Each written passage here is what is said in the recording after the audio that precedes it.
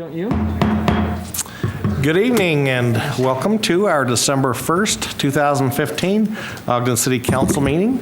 Let the roll call reflect that all council members are present with the exceptions of Councilmember Stevens, who has asked to be excused from the council meeting tonight.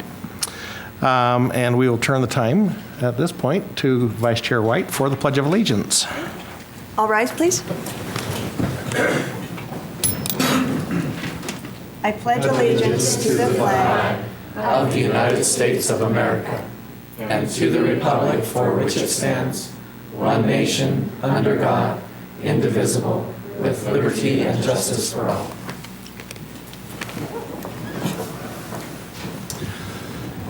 Thank you. Now please join us for a moment of silence.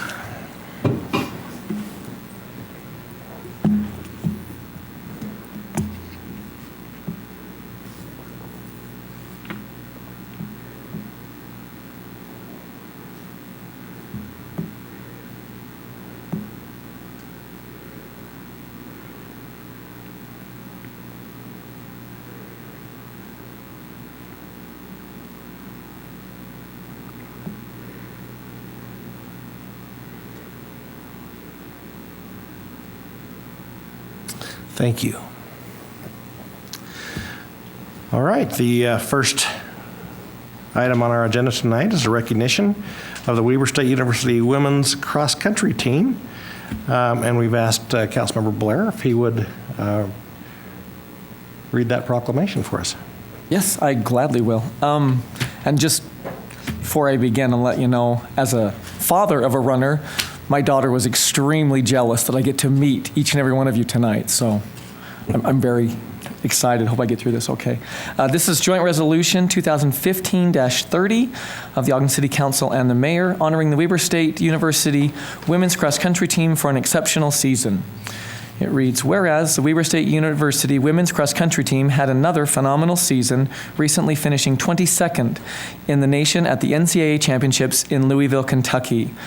For the record, let it note that was ahead of both BYU and Utah also.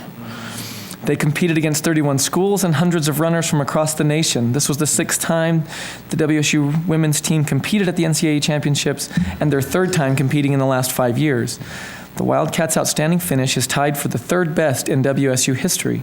And whereas the Wildcats' top runner at the national championships was junior Haley Wetton, who finished 64th, junior Ellie Child came in 115th, senior Jamie Stokes finished 119th, sophomore Paige Dillmore was 189th, and sophomore Alice Neville came in 234th.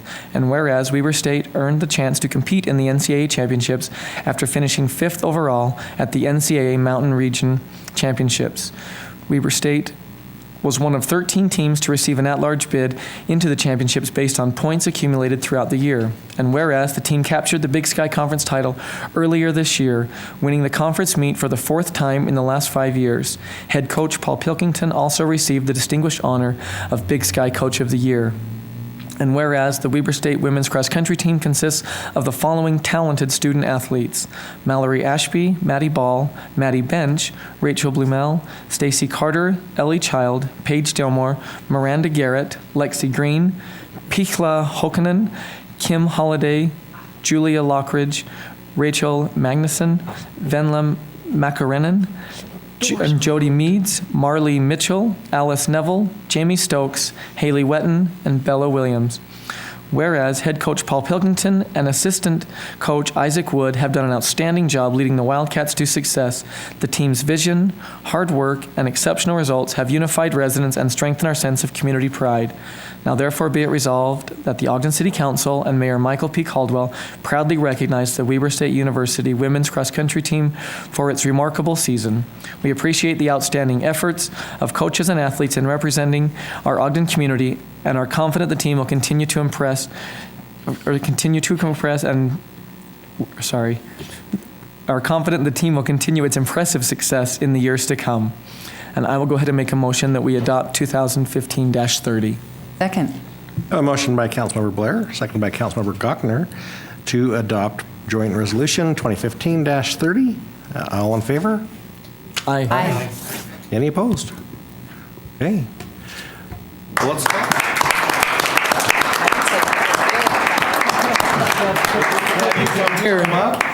If you'll come up, we're going to take some photos and present you with this resolution.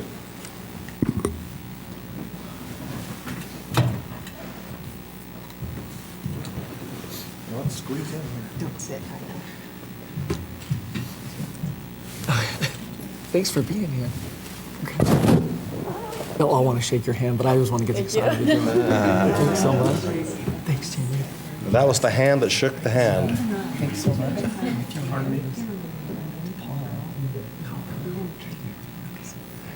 Okay, Amy Sue, tell us what to do. She's going to want them all going back this way. More. One more.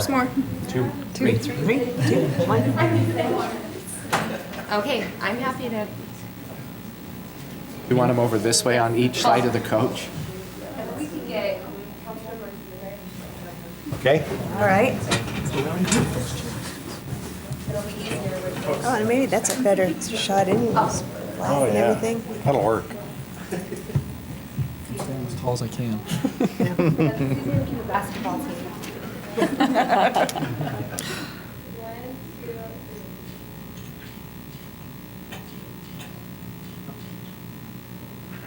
Like a video. I know, it's like a video.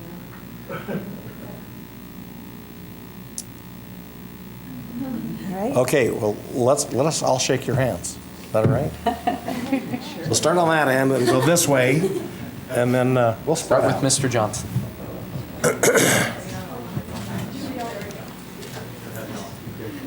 Yeah. Thanks so much. Congratulations. Gosh, congratulations. That is awesome. This is great. Thank you. Awesome, thank you. Congrats. Super, thank you. Absolutely. Congratulations. Why they run so fast. Yeah.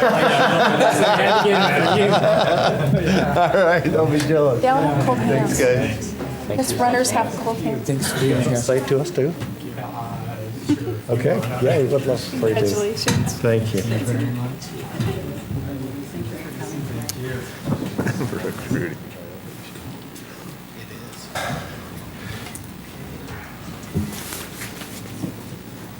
Just thank you on behalf of our team and Weber State. We appreciate Ogden City, and I've said this before, how great it is for us to recruit here to Ogden.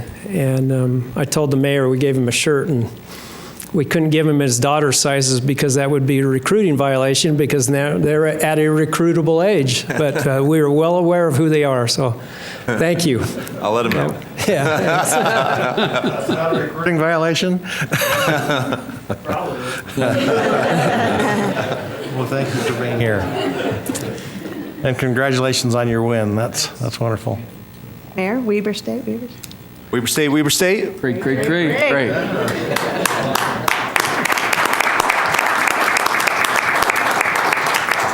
I think we got to do a rerun. That was bad. Want to try one more time? Weber State, Weber State. Great. All right. Thank you. Okay, the next item on our agenda is a request to be on the agenda. This is some presentation from Weber State University student proposals. Just for your information, Travis Campbell was not able to be with us tonight, and his item has been removed from the agenda. But the next one is for Peter Eck, Jamie Stokes, and Bryn Mortensen. They're going to make a proposal for about 3 to 5 minutes, and Okay. Well, first of all, I'd like to thank you all for having us back so soon. I understand this is a busy time of the year, and so I appreciate your time. As I stated a few weeks ago, my intention is to work with all of you to pass a resolution honoring former Utah Governor Olene Walker. Governor Walker was an Ogden native and a Weber State alumni. During her time in the state legislature, she was one of only 7 women serving as legislators, none of whom held leadership positions. However, it wasn't long before Governor Walker was serving as chairwoman of the powerful Appropriation Committee, as well as the assistant whip for the Republican Party. She served as Utah's first lieutenant governor and later as our first woman as our first woman lieutenant governor, and later as our first woman governor. In her later years, she established the Walker Institute of Politics and Public Service at Weber State University. The Walker Institute has impacted many people in our community, including myself, by encouraging public service and political involvement. With Governor Walker's recent passing, it is more important now than ever that we honor and recognize a trailblazer who we're lucky to call our own. Thank you. Thank you. This is an item that we have discussed in leadership, and it certainly meets the criteria that we have for honoring people in our community who have, well, I don't know all the correct words, but certainly has been noteworthy in our community. And Councilmember Gochner has actually asked that be brought forward. And so that will be taking place as soon as we can calendar that. So thank you for bringing that forward. All right. Any of the other two students?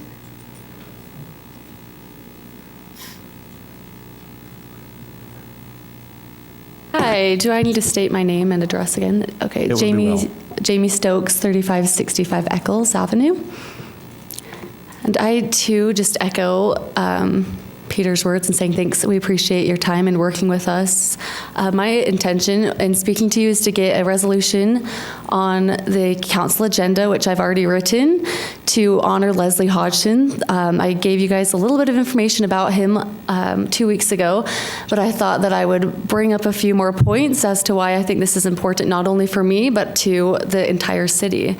My first point is that Leslie Hodgson does have living relatives, and I think his work has been so meaningful to me, and I think in the city of Ogden. His work is really what has made the skyline of Ogden unique and recognizable, and I think it'd be really meaningful if we put this on the agenda and invited his living family members, one of whom was interviewed by the Standard Examiner last year in honor of this building, or of the Exchange Building's renovation.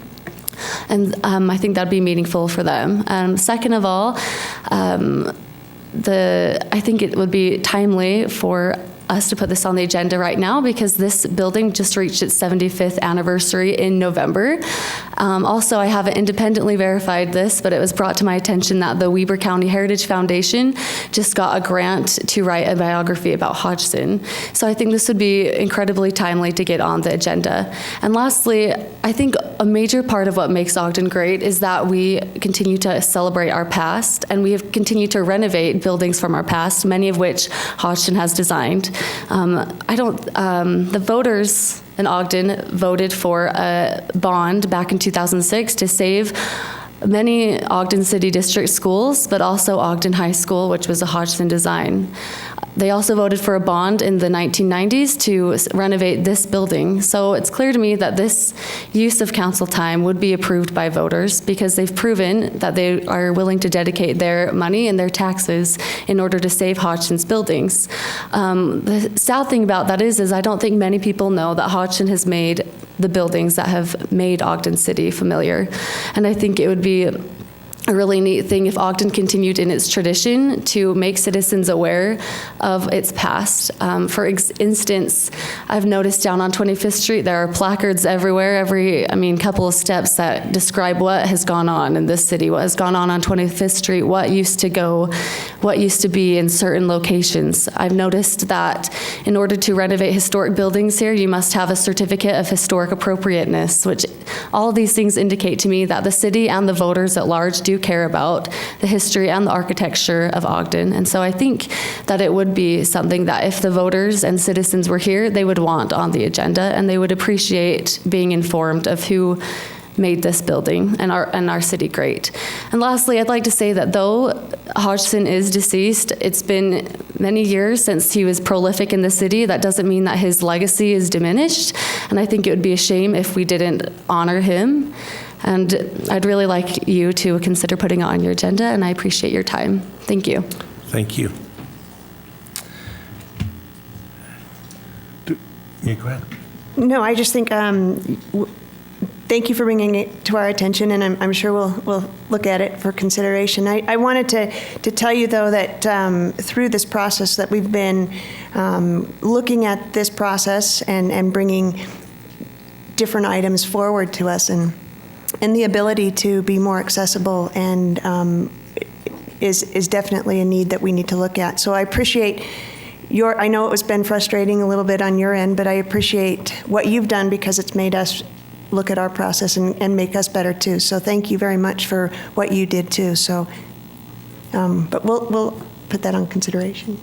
And I guess I would encourage a resolution for this architect as well. And I think that Jamie did a great job presenting the case. She did. And as the proud owners of his old Land Rover, we even have a plaque that has his name on it. But I mean, yeah, he's had an incredible impact on our community, and we're sitting in his building, so Great. it seems very appropriate.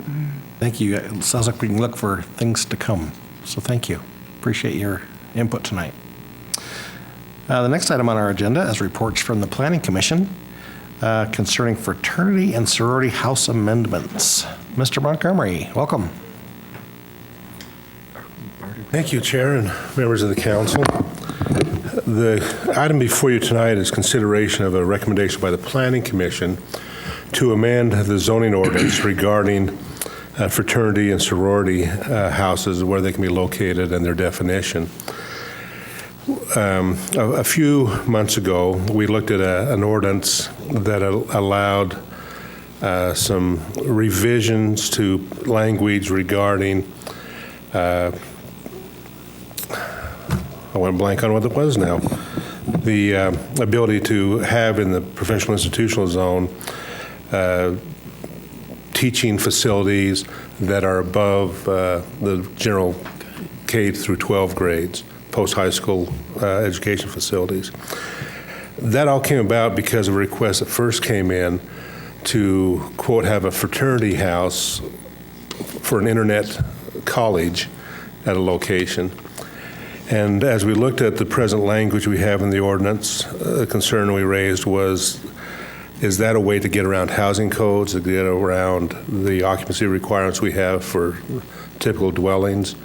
Because the fraternity and sorority houses do not fit into the standard single-family dwelling or family definition, or many of the other requirements in terms of occupancy and complete living spaces. And so as we worked on this issue, one of the things we felt was important was to revise our definition of fraternity and sorority to talk about the fact that a fraternity or sorority house has to be tied and have direct ties to our local university, to Weber State, that it needs to be associated with the university and officially recognized by the university as a fraternity or sorority because of the whole aspect of the fraternity sororities and the things that they do in relationship to the universities. So as we looked at revising the language, we proposed two things. One was a definition change to say that the fraternity or sorority has to be associated, recognized, and with Weber State. And then we did a second thing, and that was to eliminate them as a use in the land use designations at the present time, since there are no fraternity or sorority houses that exist within our community. The ordinance right now allows fraternity and sororities to be considered in R4, R5, PI, and R3C zones. None of those have real close connection to Weber State. The major R4 areas are either in the Jefferson neighborhood, there's some in West Ogden. R3C is, of course, just above us to the east. R5, there's very limited R5 now. There's some out in 2nd Street. PI zone, there are PI zones near Weber State, but those are all occupied by McCady Hospital. And so as we looked at that, we felt, even if we change the definition, are those the most appropriate locations for fraternity and sorority houses? And as we talked about this, we felt it'd be best to eliminate those as land uses at the present time. And if the time comes when sorority or fraternity houses come back to Weber State, that would be the time then to discuss where's the most appropriate locations. As the university then recognizes the need for those types of activities or organizations, that then we take a closer look at where would be the appropriate zoning for those to take place.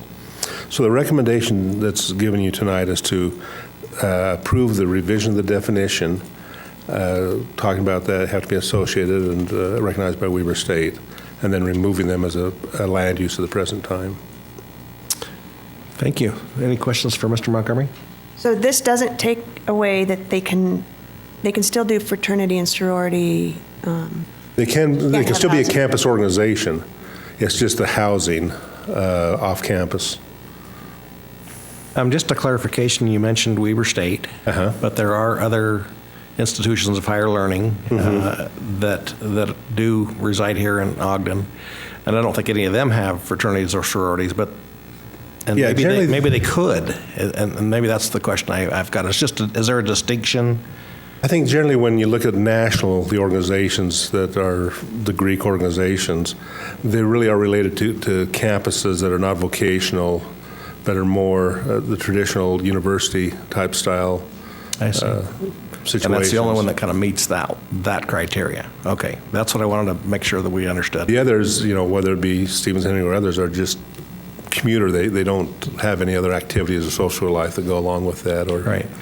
Okay, thank you. Any more questions for Mr. Montgomery? All right, thank you.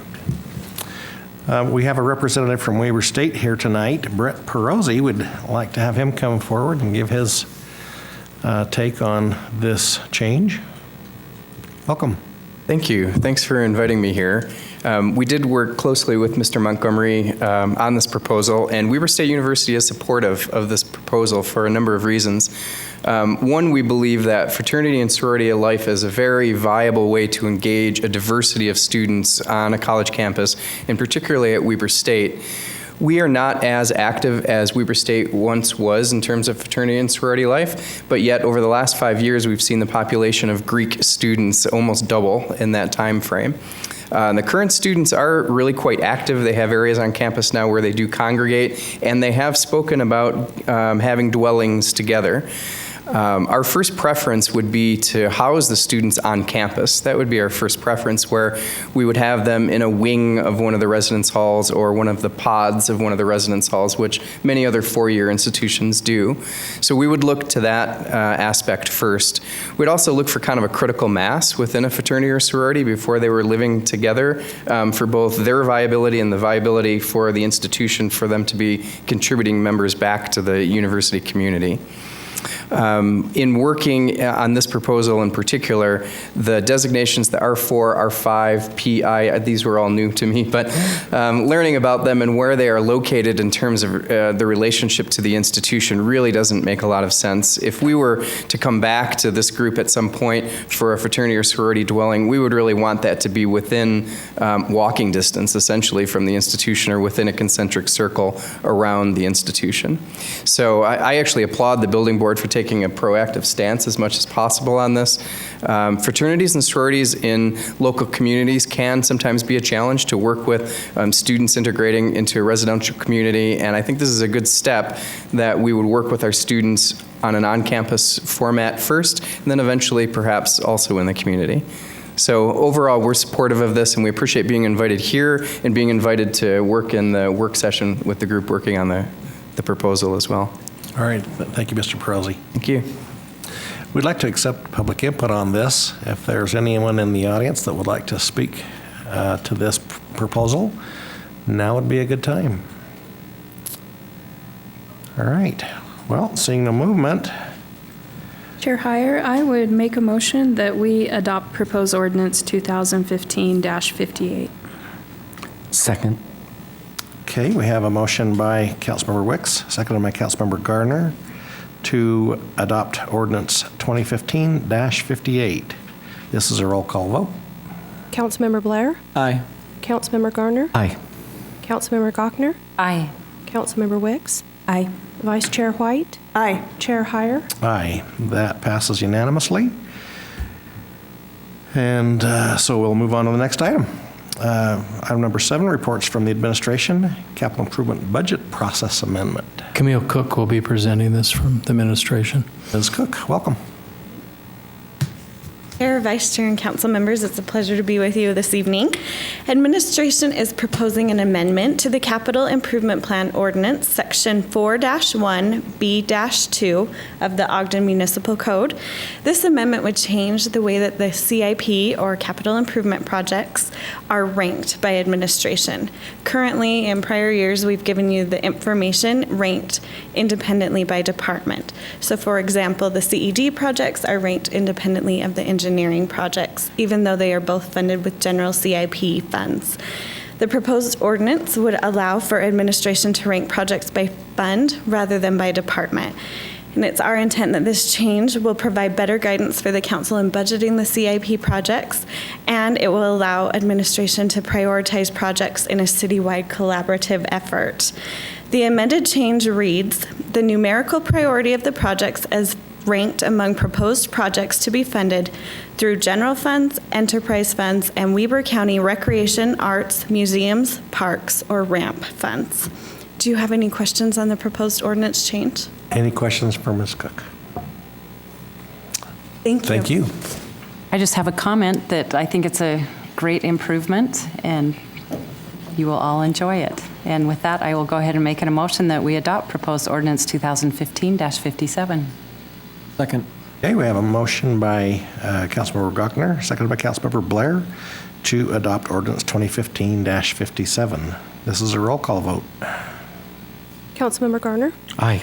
Councilmember Gochner? Aye. Councilmember Wicks? Aye. Councilmember Blair? Aye. Vice Chair White? Aye. Chair Heyer? Aye. That also passes. All right, the next item is public comments. This is an opportunity to address the council regarding your concerns or ideas. Please state your name and address clearly for the record and limit your comments to 3 minutes. Any takers? Okay, seeing no movement, comments from Mayor Caldwell. Yeah, he's not here, but I do want to thank Jay, his crew, and the 100-plus volunteers that put together that Christmas Village event that'll be here all month, and the celebration and parade that came. We've had a lot of comments that it's the best it's been, and they had some very cold conditions to work in, and we appreciate them giving their time and energy to make that a great community gathering place. So hope everybody gets to enjoy that and spend time with their family and friends downtown, and really have some warm holidays. So they really added to that, and we can't thank them enough for it. Thank you. Council members, any comments?